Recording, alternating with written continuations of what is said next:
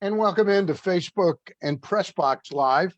And we are brought to you by my friends, our friends at C3 American Exteriors. And I've been reading these one line openings for the past 6 weeks or so. I went out on a job with the supervisor the other day, Brian Roulette, out in the Lutherville Timonium area. And I got to tell you, I came away incredibly impressed, Ross. Not just a lot of people can do roofs and they're going to look pretty the day you leave. But these guys, I was impressed with the expertise on the crew.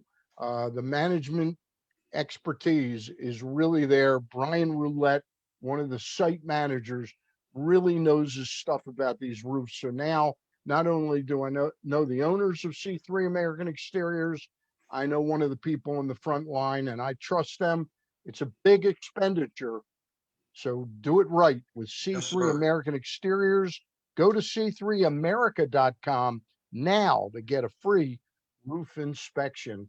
Ross Grimsley is my co host as always. And Ross, instead of getting a guest tonight like we have next week with Mike Boddicker, Right. number 52, who used to pitch for the Orioles, and you want to help him plug something he's doing out there for charity that people even Absolutely. in Baltimore can sign up for the They next can. hour and a Absolutely. half. Yeah, you're right. And the Boddicker Foundation is sponsoring a bourbon raffle. Now, that's the first time I talked to him today about it.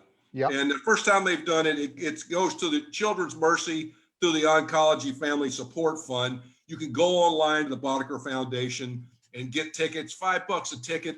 Like I said, it goes a great cause. Tonight at 7 o'clock, that would be 7 o'clock Central Time, right? Central Time is the last day you can do it. On Thursday, April 15th at 7, they have the drawing. You can pick your bottle up in Kansas City, but I think if we sweet talk I think by, he'll nail he'll it if send them somebody to here us. wins. Yeah. So I'll tell you what, you and I'll promise to pay the postage if we have to. exactly. But Bod's a great guy. I love him to death. Like he Yep. said, he's going to be on our show, and this is a great charity and something I think if you get a chance, people get a chance, they should go ahead and be a part of it. It's a great. You got some great bourbons here. I know they got a few of them that I like, but hey, chance to win some liquor, go get them. All right, that sounds good. And Mike's a cancer survivor, I Yes, know. he certainly is. Yes, What he kind? is. Do you remember what kind He had he had? throat cancer. He had throat cancer. I saw him up in right in New Jersey. They had a thing for all the 20 game winners that were still alive. Right. We were there. Mike Cuellar was there, and it was really fun. I hadn't seen him in a long time, but he's doing very well. Yeah. Stays close to home, as we've talked in the past to him. But he's always fun. He's looking forward to being on again. He's great to talk to. Love talking baseball with Mike Boddicker. Yes. Mike Boddicker. Love Unbelievable. it. His performance during the whole 83 season when Flanagan hurt his knee in late April and he came up as at that time like the fifth starter at the back of the rotation. And by the time the playoffs came around, he and McGregor were number one and number two at that time. He's fantastic. I'll tell you, he's a great guy to talk to. He knows a lot. He wasn't an overpowering guy, obviously, and learned a lot. We were talking. I was talking with Scotty McGregor the other day. We were talking about Mike Cuellar, how much he helped both of us. Yep. Especially me when I first got up. I get here from Cincinnati and won 30-something games, and I couldn't wait. I got close to Cuellar, and he became a mentor, and I was just fantastic. Just listening to him and watching him, because I charted the games. He pitched before I did, and I would chart the games, and what an education that was. So yeah, Is that an area? And you and I decided to go guestless tonight to do more of like a look, take a state of the Orioles through the first 9 games. Yeah. Is that something that Matt Harvey? Do you think he's capable at this point in his career, or he's battling for survival so much that he's got to keep his focus on helping himself rather than being a mentor? Well, he's pitched 2 decent games. Yeah. Obviously he's bought into the situation with the O's and their analytics, which is fine. If it helps him, good. But I'm sure he's got some good things that he can offer to the younger pitchers. But yeah, I mean, when you come back like that, I know when I came back in '82, it was just try to get. I mean, I worked my butt off during the winter and injured my elbow in spring training. Never had a problem ever. Injured my shoulder, my elbow because I was trying to throw harder than I was capable of throwing, and it was just a pain in the butt all year. But I mean, you know, with Harvey, here's a guy that he has an idea. He's smart enough that he can see how pitching to the hitters now. I mean, they're kind of one-dimensional hitters. So if you can locate, which is the big thing, and he's not an overpowering guy, so I think he can be really help out some of these younger guys. A Zimmerman who is pitching fantastic. Yeah. You know, Means, obviously Means is a guy, but yeah, Well, it's really special. we're going to get into this rotation, but let me ask you a question about that injury. I know you got the cervical up here, then you got the lumbar, which is down here, and then you have in the middle of your back the thoracic area. That's what that's Are called. you a doctor? No, but I've had two. I've had two necks. Well, you know about it. I've had two back surgeries. I had a Okay. lumbar thing done in 1990, and 8 years ago, May 13th, I had my cervical fusion done. Oh, The yeah. thoracic outlet syndrome surgery that Trevor Rosenthal is just Right. going through the Right. other day. Do you understand how the thoracic part, where it's bothering you in the back, it somehow impacts what the circulation in your arm? Is that what it does? Hey, It's Stan, news. I had no clue what it was. All I thought right. it was something in your throat. Well, you know what they do? You know what they do? They go in, and I guess it's in the back. They take Yeah. out a part of your rib. So here you are, Matt Harvey's 27 when he had it, I guess 26, 27.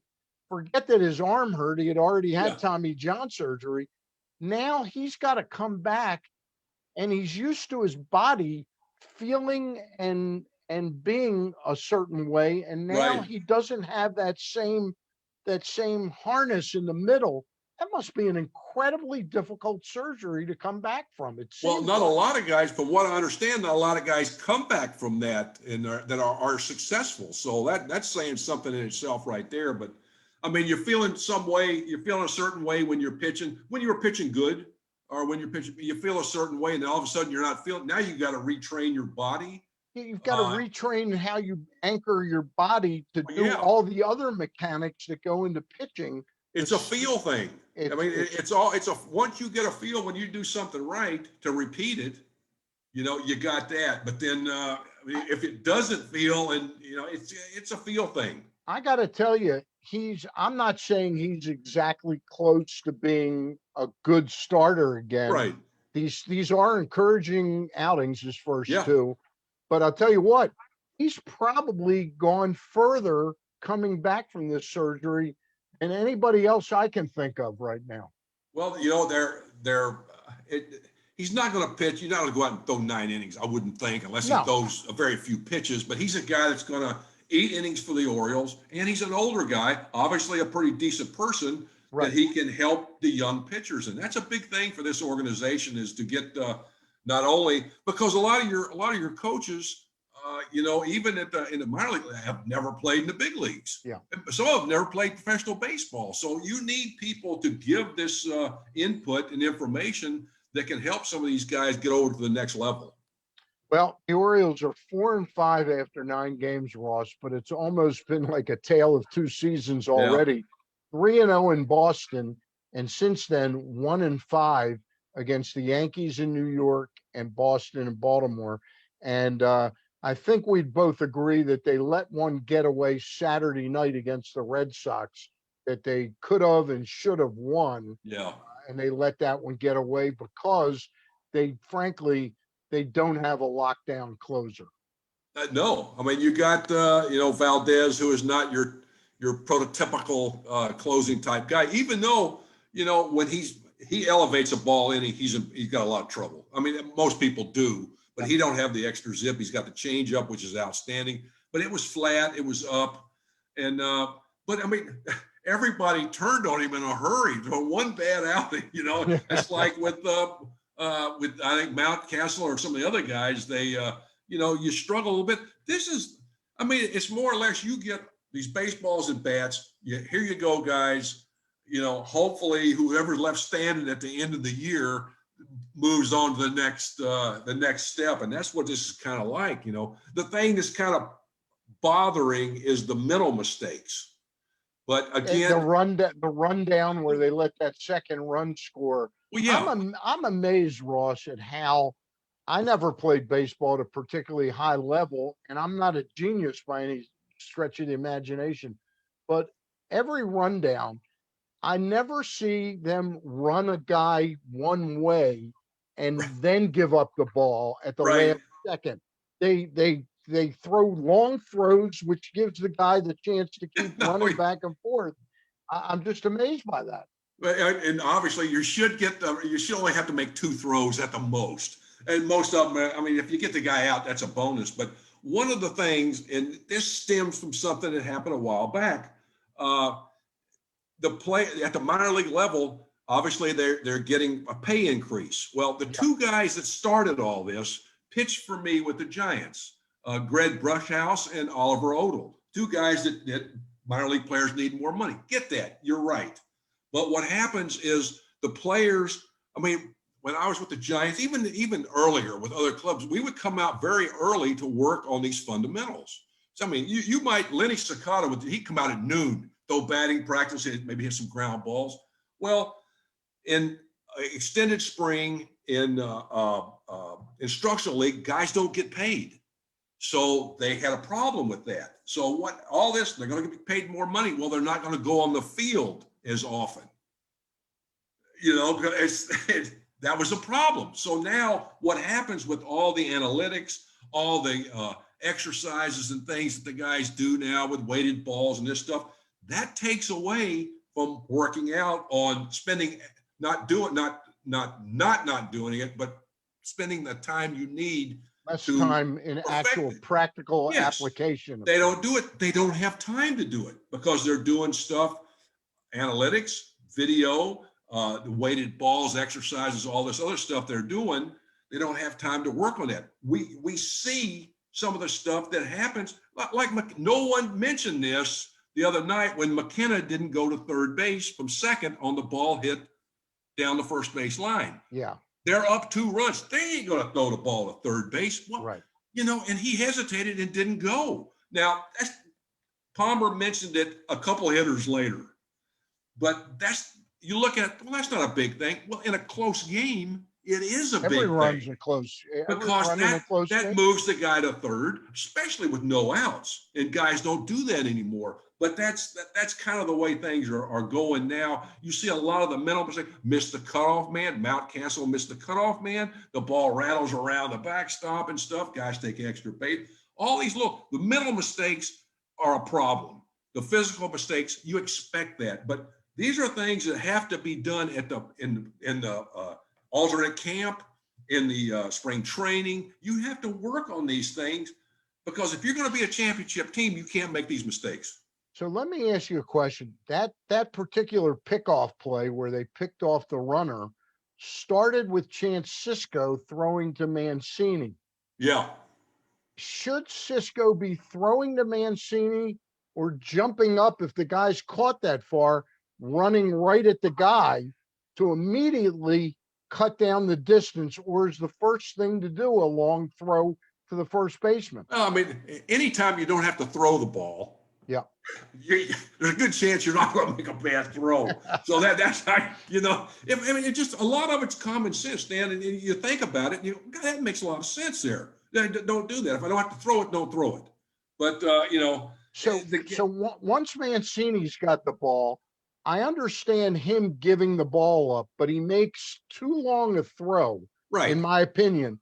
So the next guy, once that throw is made, the shortstop or second baseman is usually the shortstop. He's got to be running. You always want to run the guy backwards, correct? You would want to run him. Yeah, you would like to do that, but the thing is getting the runner running full speed one direction, right, and then give the ball up. If you get him going full speed, give the ball up, get out of the way. Yeah, because the guy will turn around and run into you, and he's safe. But that's just one play. Yeah, I Uh, mean, I but want to yeah, talk about something that for 2 years I've been talking quite a bit about, and it has to do with Ryan Mountcastle, right. who I still think is going to be a terrific baseball player. Yep. But the one thing that I always noticed were were not impressive on base percentages in the minor leagues. They weren't horrible. They weren't like 295 or 305, but they were more like 320 rather than 340 or 350. And the great players are 350 and above. Right. Last year, it was almost like everything I had seen out of his minor league numbers never occurred. He had great plate discipline last year. This year, it appears like we're watching a little bit different ball player. Well, understand this. I mean, you could last year you had guys that they had an abbreviated. Well, spring training was cut at the end. Sure. Then they went 3 months or 2.5 months, whatever it was, and they had the abbreviated spring training. Right. Spring So training too. then you had then you had a lot of guys that were in the big leagues that probably shouldn't have been there. So that's I kind of look at last year. You take it with a A grain of grain of salt. salt. Exactly. Now the guy's Both got to the play. both the good and the Exactly. bad. But you look at look at the guy. Yelich had they would say he had a bad year, 60 games. JD Martinez had a bad 60. These guys are good players. Yeah. Acuna. I mean, the guy in Altuve. All these Right. guys they had in the 60 games. I mean, last year was tough, and this year is better. They had a full spring training, but they had you See, got I your thought last year the Astros, it was tough adjusting to not having the trash cans banging. that too. Oh, and Yeah. there's so many things. There's so many things going on. I But said, like to Alex Bregman, I'd see his numbers. I go, see, Alex, it's much tougher when you don't know what pitch is oh coming. yeah, no, absolutely. But like you said, last year was a different thing, and Okay. you just kind of look at it like, oh, okay, the guy's got to play, but guys opted out. There are a lot of guys hurt, so you had guys in the big leagues that probably shouldn't have been there. So this year, you're going to get a better idea on certain guys, and like with Mountcastle, I mean, he's a guy. You are seeing what I'm seeing, right? Absolutely. No, wait, maybe these guys chase. Well, they struck out. They lead the Major League Baseball in strikeouts with 111. Right. And Seattle is not far behind them. So this should be really interesting tonight because a lot of the numbers are similar. But you look at Mountcastle is going to hit, and he's going to hit in Camden Yards. I mean, the thing is, where are you going to play him? That's the deal. And where he progressed the most in left field, and he's played it. And there again, we didn't see any of the fielding issues surface last year. He played a perfectly adequate left field. He makes those two plays in the same game in New York that turned that game from a possible victory, gave the Yankees a great chance to get back in it. Well, and what about when he missed the cutoff man? Don Baylor played left field in Baltimore. I had a better arm than he did. He had a terrible going right-handed. He had surgery. He had surgery. He had a football injury doing that. But he's a guy that he hit the cutoff man. He's going to catch what he got to. But the key is, and I think maybe Mountcastle seeing the I'm going to do more. I'm going to make this great throw now. Hit the cutoff man. Do the basic stuff. Do what you can do best.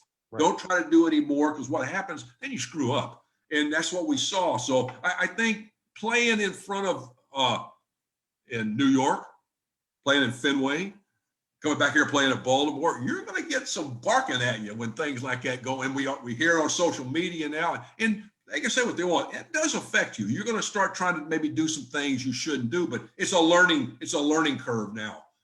This year, the guys 162 games, hopefully. Yep. And the guys they're going to have to adjust. They're going to have to readjust. They're going to play against a team the second, third time. They're going to be making adjustments. You're going to have to make adjustments. So we've talked a little bit about the problem with no closers, quote unquote closer. We've talked a little bit about what Mountcastle's scuffling. I want to talk about one more ugly, and then we're going to get back into the good. Maybe a little bad, but not the I'll tell you who I've lost all confidence in. Ross, and this is both as a receiver and a hitter, is Chance Sisco. Oh yeah. I never thought that at least I wouldn't think he could help the team offensively. Everything in the minor leagues that he did pointed to him being a solid major league hitter. And I just don't understand it. He's almost like, I hate to use the word useless, but there's not much you're getting out of him. What do you No, say? you're right. He's a, for me, and I've seen this, I saw it from after seeing him play a little bit, that he's Yeah, more of a backup guy. yeah, And left-handed, you would hope he had more on his bat, but he doesn't. And you would hope that he would catch better and throw better, but he but doesn't. he doesn't. I mean, you hope he'd call a game, but he'd hope he'd block the ball. He doesn't. As the game progresses, and sir, the other catcher, Severino, Severino, is kind of, he's kind not of as this. bad, He's not as but bad, and what he does. at least he's a quarterback and Oh, lets really? you know he's in the game. Yeah. Chance doesn't. He's not assertive at all.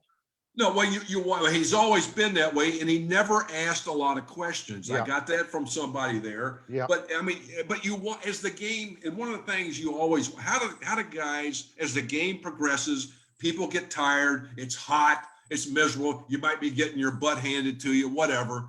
But as the game progresses, how does the catcher, does he block the ball? Does he start reaching? Is he lazy? I'm not, and I shouldn't say lazy.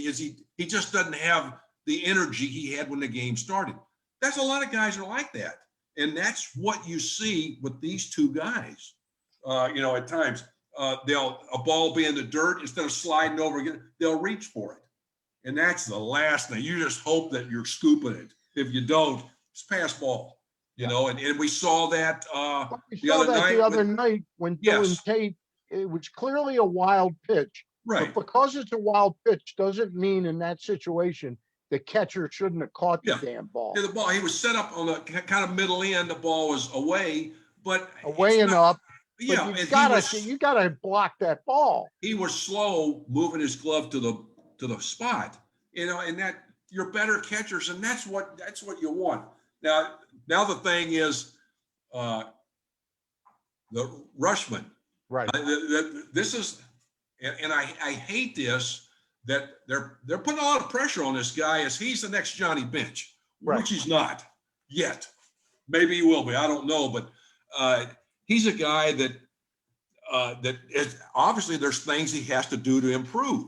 Now, rushing him up here to the big leagues, hopefully defensively, and Buck Showalter said this the other day, bringing guys to the big leagues, you got to hope that they can play defense and learn how to hit. And that's what happens with a lot of guys, but catching is a spot that's something that needs to improve with the Orioles. But like I said before, these guys are, they're letting them play. They're going to weed guys out. They're going to see what certain guys can do and then move from there. But one of the guys that are really good, we're going to start talking about the good now. Yeah, is Cedric Mullins. Tell me, yeah. I mean, what do you see with Mullins? What do you think about that? Well, first of all, I think it's a smart move, a practical move, but it's a courageous move when you're his age and you've been used to switch hitting for 10 or 15 years, to all of a sudden say, you know what, this isn't working.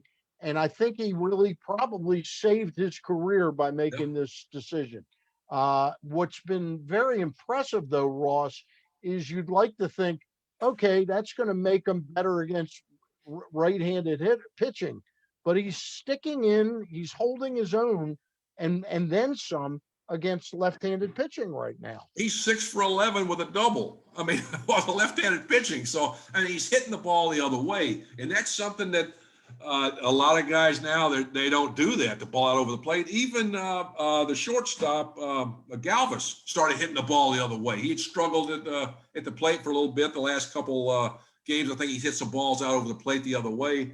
And for guys that hitting off left-handed pitchers, that's what you got to do, But Mullins is, I mean, he's tied with the major leagues in hits with 17, with JD Martinez, who was fantastic here in Baltimore. Yeah, he went crazy. But And Mullins got a 13-game hitting streak. If you go back to last year, Joe DiMaggio So, better watch out. I mean, here's a guy that plays defense, that runs. He's still a base. But one of the things that I asked, who do you see on this Oriole team since they've got the blueprint as the Astros did? Who are the guys? Who are the Altuves? Who's the Correas? Who's the Keuchels? Who are the? Where are the? Well, Means and Keuchel. Let's hope that's somewhat in the ballpark. Yeah, exactly. Zimmerman looks like a piece, that will be here. So far, yep. Mountcastle looks like he'll be here. Mullins looks like he'll be here. Hayes, I don't know because I can't get the full read on what Austin Hayes is like.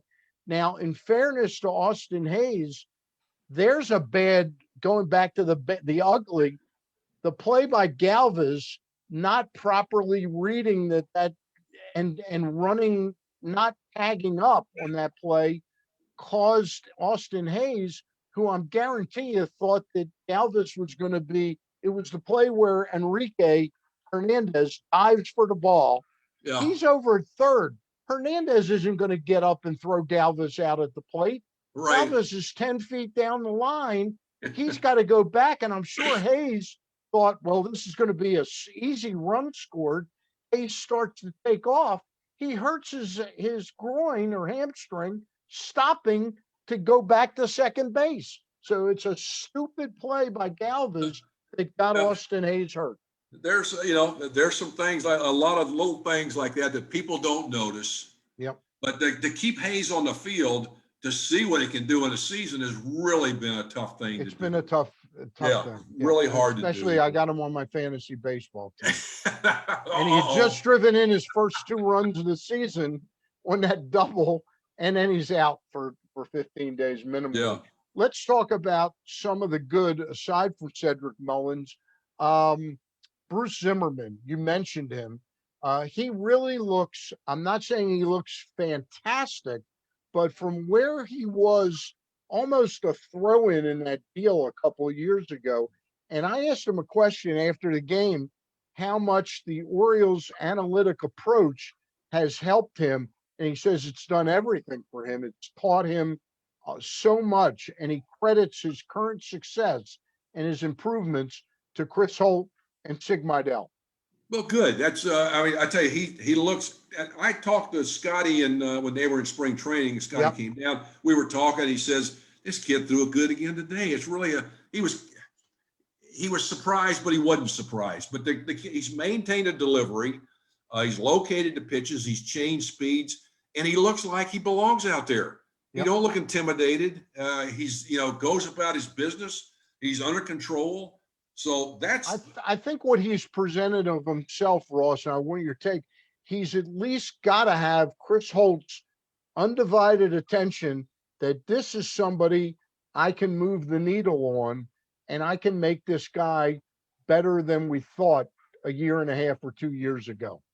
Well, I tell you what, whatever he's done, and his thought process is he's going out. And the big thing with the Orioles, they're not walking a ton of guys. Yep. They're not striking out a lot of guys. But again, you get defense, and that'll make a big difference. But your bullpen, you got some hard throwers out there. And I think the bullpen so far has not been what it was last year. No. But, it's early, 9 games. It's part of the rebuild, and how long that's going to be, who knows. But you're letting these guys play. Guys are going to show what they can do. The big thing is what's going to happen over, and I said it before, 162 games. What guys are going to make adjustments? What guys aren't? What guys are capable of doing? How are they going to handle this? First time some of these guys played in front of fans in the big leagues. So that's a big thing as well. I want to ask you a question. I asked it of Brandon Hyde today, and he I'm not saying he blew me off in the presser, but he just sort of answered it a little differently. I said, without minor league baseball, I said, normally if a Sean Armstrong or a Max Scroller or somebody else is pitching really lousy, Paco Lopez, and you'd say, hey, we got Michael Bowman or Zach Lowther pitching well down at Norfolk or Bowie, let's take a look at them. I asked him if there are what can a guy do at the alternate site that moves him back into the picture other than we need a fresh arm. And he said that they're charting everything they do. They're looking for progress, but in absence of actual minor league games where you're facing competition, can a guy the light bulb go off and the people around him say, like Gary Kendall saying, Yeah. hey, this Zach Lowther is really throwing the hell out of the ball. He might be ready.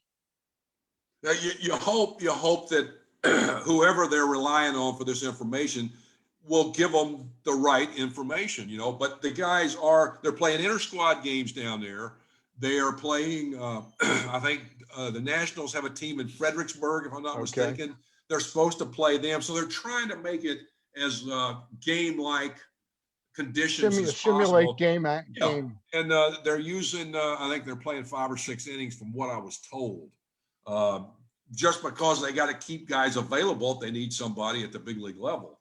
Now, what's going to happen? I guess they're having the minor leagues down in Florida right now, kind of the spring training. Right. So, they're trying to get it as close to real baseball, I guess you might say, as they possibly can get. Is Gary at Bowie at the alternate site, or who's doing what Gary or Brandon Hyde would do down in Florida now? Good question. Well, basically, your AAA team is in Florida. Bowie. Yeah. No, it's in Bowie. Bowie.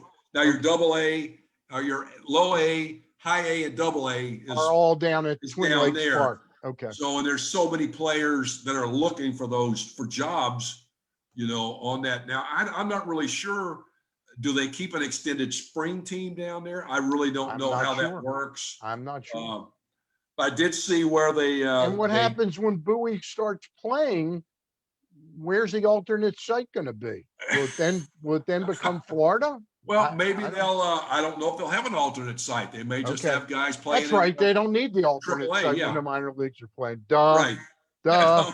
No, but that's perfect. I mean, I don't know. I mean, I would think that, but I mean, you can't really tell what could happen. I mean, who knows? But that's it's interesting. But they're going to try to do the thing back talking about with the pitchers that are there.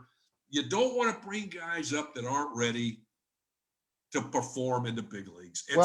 And I think one of the guys that they did pick up at the end of spring training, who's going to be a big help, is Adam Plutko. He looks like he really has an idea how to pitch. Right. I'm not so sure that he might not end up being Paco Lopez's replacement. Sure. I mean, they're very possible. And again, Dean Kramer pitching tonight. I mean, he's had some control issues, it seems like. He's throwing way too many pitches. He's always 3-2 on every hitter. And he was not like that's not him. Now again, guys try to do different things when they get to the big leagues instead of doing what you did to get you there. That's the big thing, and that's exactly what happens. But as you said, he's not throwing strikes like he did before, and he's got 4 quality pitches. He's always around the plate, and I think the Orioles staff has got guys to. The big thing is throw strikes. Don't walk guys. You can't walk people in Camden Yards because that one run turns into 2, and 2 becomes 4, and so on and so forth. But Ross, getting back to Adley Rutschman, we already can tell that. I'm not saying the bloom's off the rose. I'm not saying it's a bust pick or anything like that. No. But we're seeing a guy that frankly wasn't major league ready when we drafted him. A lot of people were saying, hey, he'll be up next season and all. I think it's more important than rushing him to the majors this year that he have a very good season at AA and maybe play a month at AAA, and then maybe you got something. Trying to force feed him AAA now, I think is asking for trouble. Well, I would think so. I mean, the pressure. He can say there's no pressure on him, but I mean, they're talking about this guy as being, something that's going to change the whole dynamic of the team. Right. And I've he's been there well, with I've been there with Jeffrey Hammond. I've been sure, there with Ben yeah, McDonald. I've been there with Matt right. Wieters. One guy is not going to change the whole team. No, and that to put that kind of pressure, I've seen it several places I've been talking about pitchers doing this. Again, I mean, with the Giants, Posey, Bumgarner, Sure. with Griffey Jr. I saw these guys when they first came out. These guys, you knew they could take the hike because they were ready to go, Right. and they dominated and were better in each level they went to. This guy, Rushman, hasn't done that. He's played high A ball, and he really hasn't dominated the league like you think a number one pick would do. In fairness to him, he did have the extenuating circumstances of stop playing ball, then the draft, and then he Right. ramped back up. So I'm not that down about how he performed in 19. And No. then I give him a break that there was no season last year. He hasn't had the normal thing. The guy that scares me a little bit is last year's number one pick, who they drafted Oh, him higher, higher than slot. yeah. Is Heston Kierstad. Kerstad. We haven't heard from him at all, No. and he's And he, got the same thing that Eduardo Rodriguez had last year, yeah, myochondritis or something. right. So He wasn't even at the the alternate camp. alternate site He never last year. came there. I So heard I've heard from another baseball person that he's got some anxiety issues that are sure. that look, Zach Greinke used to have anxiety issues. You can Yeah. get by them, but Oh, yeah, it's yeah. been frustrating too that both of the guys that we picked number one under Mike Elias haven't really gotten in gear at all yet. Right. I mean, it's and in fairness to those to Herstad, with what has happened with Yep. the COVID and stuff, and plus his physical problems, Yep. that makes it kind of tough for him. But hopefully, you'd love to see this guy play and Yeah. see what he can do. But yeah, it's been frustrating for him. Hey, we're 9 games through the season. The Orioles are 4-5. I want to remind folks that we're brought to you by C3 American Exteriors. Go to their website at c3america.com to get a free roof inspection. Well, Ross, before we get out of here tonight, the O's are playing the Mariners. I think it's 7:05. Right. Justice Sheffield will go against Dean Kramer tonight. Seems like a pretty interesting matchup. Both teams are 4-5. Trey Mancini, I wanted to ask you about something. We know that the team is not about to all of a sudden go, hey, John Means, we want to sign you for 7 years at $90 million. Right. And we know they're not going to Ryan Mountcastle right now. Like, hey, let's buy you out and let's get an $80 million contract. Trey Mancini, we know what he is now. Would you think that it would make some sense? Because I've done the numbers and going into next year, where he is eligible for free agency next year, I think it's free agency next year, but he's through his arbitration. No, he's got one more year of arbitration, I think, next year. Yeah. I've done the numbers, and I think the numbers to me are somewhere like 4 years, 44, $45 million. That's not break the bank type money Right. like Chris Davis. Don't you think the club would be wise from if nothing more, a PR standpoint to at least publicly kind of engage that we want to talk to Trey about like an extension rather than just automatically saying, oh, he's putting up good numbers. We got to trade him for two more young guys. Yeah. Yeah. I think it would make a statement to the fans right now. Your thoughts on that? Yeah. Well, absolutely. But I mean, you look at it. I really think, and we talked about this earlier today, that I think the Orioles are mounting a war chest. Yep. And the blueprint obviously is like the Astros, what they did. And they went out and they traded for pitching and they signed free agent pitchers. Yep. They really didn't develop any top-notch starters other than Keuchel. And but I see that possibly they're really keeping the salary down, the payroll down to do this later on. But as far as, I mean, that's a hard, I really don't know with the possibility of the strike. And I'm leaning more thinking that's going to happen. Well, they strike, they don't have to play Chris You don't have Davis. to pay the players. Yeah. Yeah, they don't have to pay anybody. So maybe it's best to wait. But again, how I old just is think I think the statement is much larger than what it costs right now to say to Oriole fans, hey, this next batch of guys might have some keepers in it, because I, you and I me hope. are saying that Mullins, Mountcastle, Means, Zimmerman are keepers. I don't think Trey Mancini is going to be too old to help the Baltimore Orioles when they're ready to be competitive. And I hope that. I hope the club isn't gun shy from the Mark Trumbo extension, the Darren Yeah, O'Day extension, and the Chris Davis extension, which none of the three of those made any sense at the time.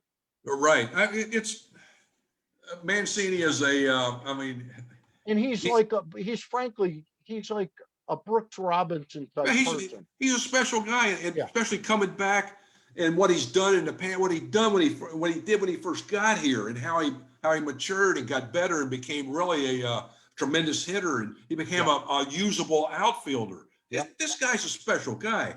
Now, I have no clue what the front office thinks. Yep. None.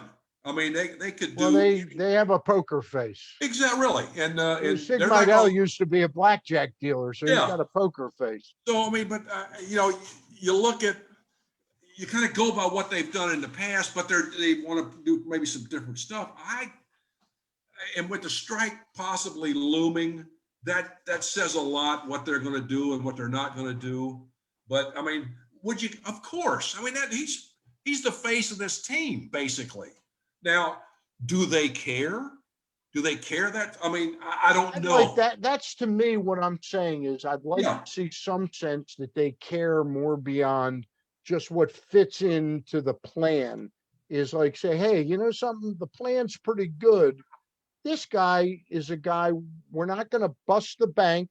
It's not going to be 160 million for 7 years, but 44 million for 4 years. Well, Trey, from his side of it, with what he's gone through now, having lost a season of his career, he did get paid last year, but I think he would be open to taking less money to get the certainty, the guarantee of 40 some million dollars. Well, at his age, if he could get more somewhere else, which he probably can, then I'm going. As long as nothing happens, as long as the cancer doesn't come back. Oh no, absolutely. As long as suddenly another injury occurs or performance isn't there, he locks in that he's earned $44 million. Well, if that's the case, do they want to give that long a contract? I don't know. I think it's he's 28 years old, correct? 29. I think he's 29. 29. He might be 28. So I mean, anyway, hey, next week we're going to have Mike Boddicker on next Monday night. Before we get off the air tonight, why don't you tell folks a little bit about this chance that they can go to a website, right, and sign up to buy a raffle ticket? The Boddicker Foundation site on Facebook. He's got the first. It's his first 2021 bourbon raffle. Okay, but do you go to Facebook? Do you go to Facebook and type in the Boddicker Foundation? Boddicker Foundation Facebook page. Yes. Okay, so go. And that'll give you tickets are available. They're $5 a shot. There's no limit. You can buy as many as you want. Cutoff is tonight at 7. Which would be 8 o'clock our time. Yeah. 8 o'clock our time. And on Thursday, the 15th at 7 o'clock, they'll have the drawing for some tremendous bourbon bottles, really special stuff. And this goes to the Children's Mercy Oncology Family Support Fund. Okay. It's a big fund, and this is the first year he did it. He said it's been outstanding. That's great. A great cause, and a great person that's done this. So and a really cancer survivor. Cancer survivor. Absolutely. We'll look forward to talking to Mike next Monday night.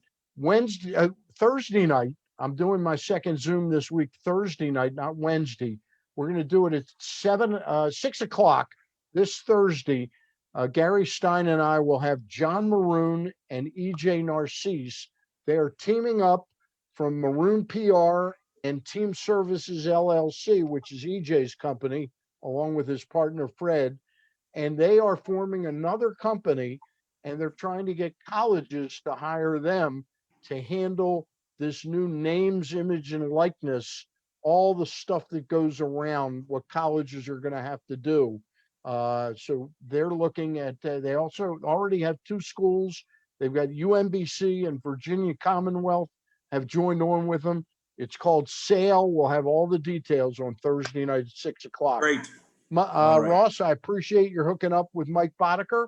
We'll You have got him it, buddy. next Monday night at 6 o'clock. Baltimore. Going. All right. All right, man. All right. Thanks for being with us. Again, we want to remind you, Pressbox Live is brought to you by our friends at C3 American Exteriors. And again, I'm dropping just reading the tagline. I went out to one of their sites the other day. Brian Roulette was the supervisor on duty.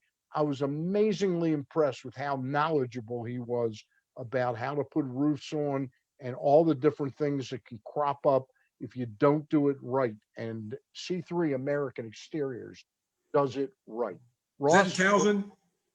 they're all over. They're in All five. over? They're in 5 states right now. Oh, great. They're in North Carolina. They're in Virginia, I believe, and Pennsylvania. I'm finding out a lot more. I know one of the owners very well, good friend of mine, but I went out on a job site and I'm going to go on one in a couple of weeks. They got a big one. They're doing a church out Oh, in wow. Lutherville and Timonium. I want to see how they do a big job. All right. Really? For All right, buddy. Ross Grimsley, I'm Stan the Fan. O's baseball on Masson tonight. We'll see you on Thursday at 6 o'clock. Don't forget Glenn Clark every day, Monday through Friday from 10 to 12 on PressBoxOnline.com and also on the Facebook page, the PressBox Facebook page. We'll see you later. Take care.